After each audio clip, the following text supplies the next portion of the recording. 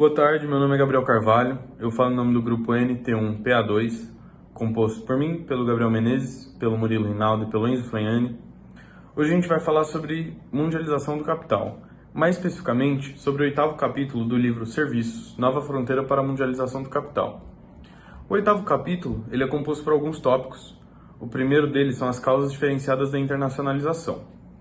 No cenário global, a internacionalização de serviços possui raízes antigas, especialmente em atividades como transporte marítimo e comércio. Nos anos 1965 até 75, acompanhou a onda de multinacionalização das indústrias. A importância dos investimentos externos diretos, IED, nos serviços é marcada pela singularidade das prestações vendidas e pela imperfeição intrínseca dos mercados. A proximidade e o contato direto com os clientes conferem ao IED uma posição estratégica na conquista de mercados.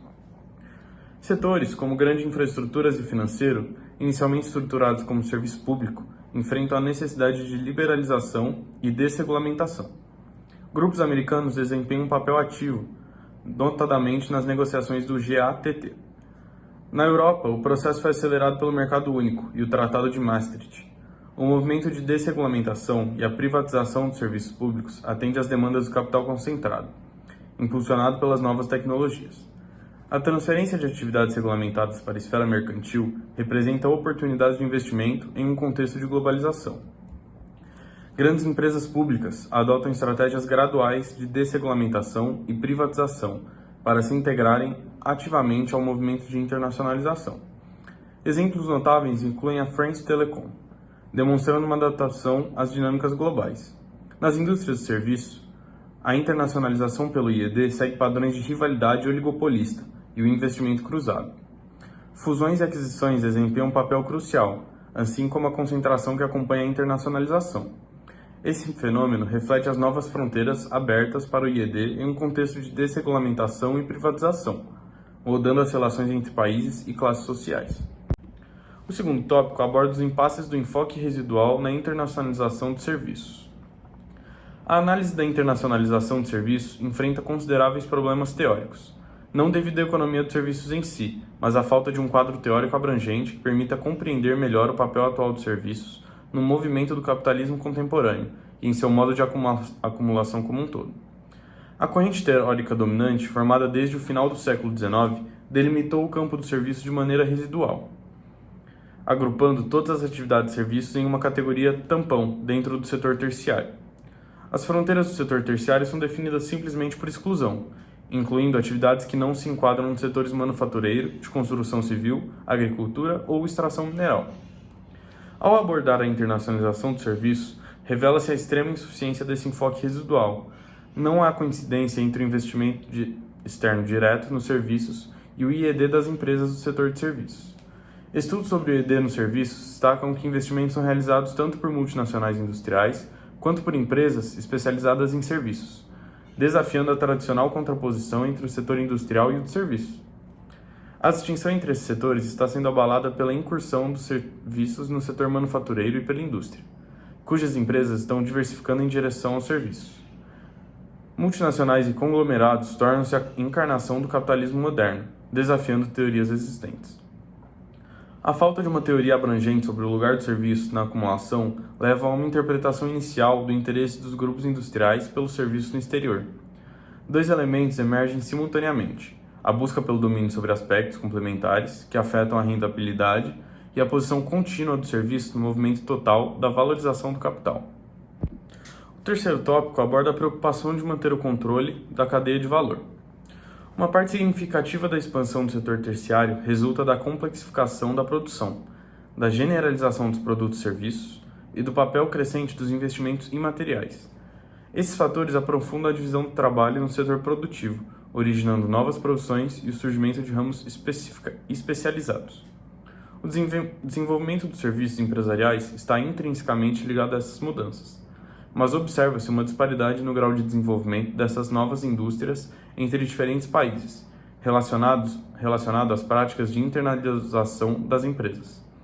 Grandes grupos alemães e japoneses, em sua maioria, mantêm a capacidade de suprir suas funções internamente, recorrendo menos à compra de serviços do que as multinacionais anglo-saxônicas.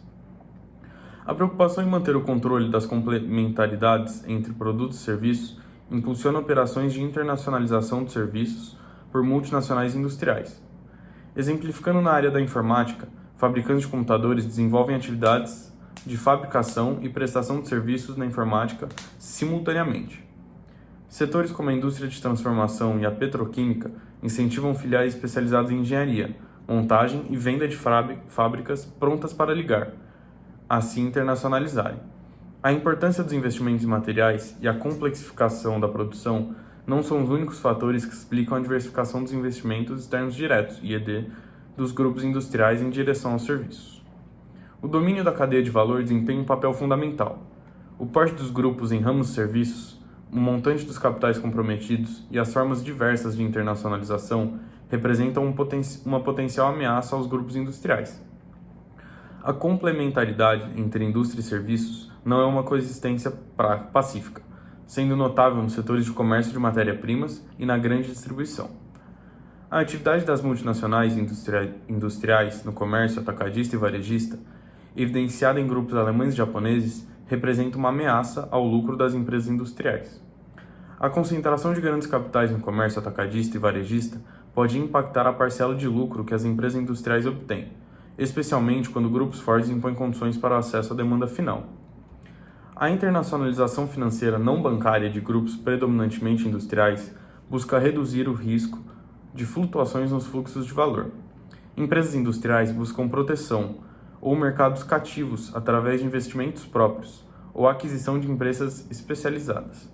Na indústria automobilística, a criação de empresas próprias de financiamento é preferida para a organização de leasing e outras formas de sustentação de vendas. O crescimento dos gastos em publicidade e a formação de grandes empresas no setor refletem a concorrência oligopolista e a diferenciação de produtos, especialmente no mercado de bens de consumo final.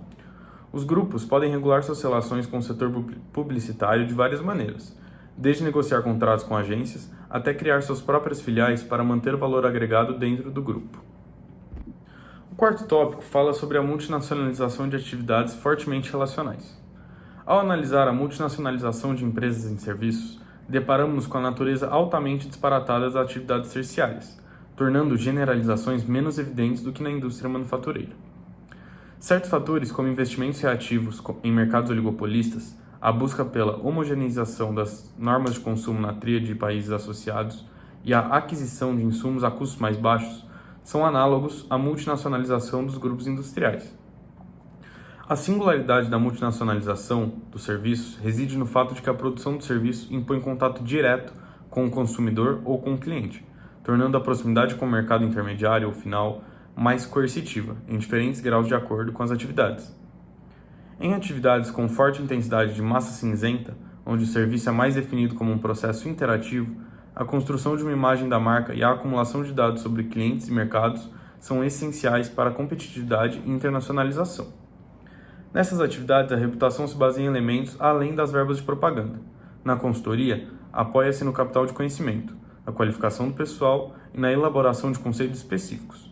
Nos serviços financeiros, o capital simbólico, oriundo da tradição e reputação, contribui para a imagem social da empresa, exemplificado pelo Lloyds de Londres. O sucesso da multinacionalização das empresas de serviços empresariais fundamenta-se na capacidade de acumular informações sobre a clientela, permitindo a seleção refinada da demanda e a oferta de serviços aparentemente personalizados.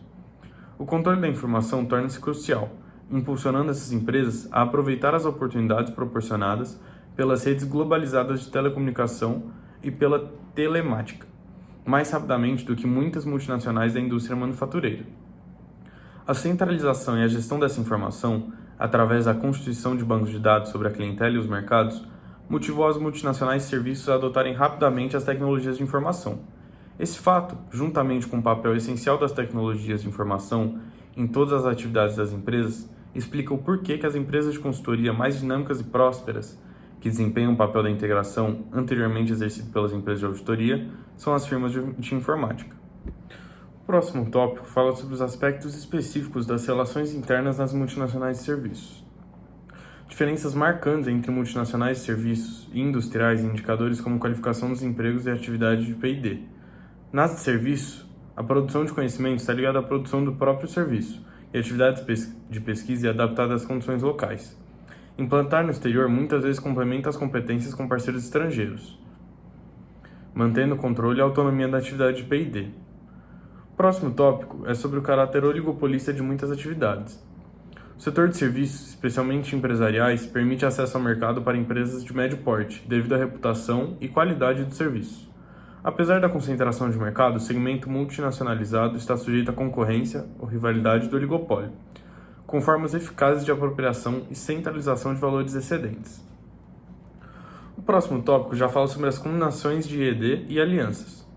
Multinacionais de serviços adotam diversas modalidades de investimentos externos, como franchising, aquisições, fusões, cooperações e parcerias. As estratégias variam conforme as características da atividade e dos mercados envolvidos, buscando sempre valorizar os ativos empresariais específicos. O próximo tópico já aborda as redes nos serviços. As estratégias das companhias nos serviços devem ser compreendidas no contexto mais amplo do movimento em direção às empresas-rede. Economias de escala e variedade são buscadas de maneira diferente nos setores industriais, organizando-se conforme as modalidades da empresa-rede. O nono tópico já fala sobre a exploração de fontes de mão de obra qualificada. A deslocalização de atividades intensivas em mão de obra para países como Índia, Filipinas e Jamaica, devido à abundância e baixo custo de mão de obra. A terceirização internacional, auxiliada pela temática, permite alcançar objetivos de custo e formação especializada, sem necessariamente deslocar as empresas. O próximo tópico aborda a internacionalização das telecomunicações. A desregulamentação e a privatização de serviços públicos impulsionam o investimento estrangeiro direto, IED, nos serviços de telecomunicações. As grandes empresas, como France Telecom, buscam a internacionalização para enfrentar a abertura de mercados e participam ativamente da privatização e desregulamentação internacional. O último tópico, chamado de a multimídia, a nova fronteira para o IED nos serviços, aborda a revolução da multimídia e é impulsionada pelas potências das ferramentas de informática e comunicações de comando numérico. Nele diz que a formação das alianças complexas entre grandes grupos de informática, eletrônica e produtores de semicondutores representam a nova fronteira para o IED nos serviços.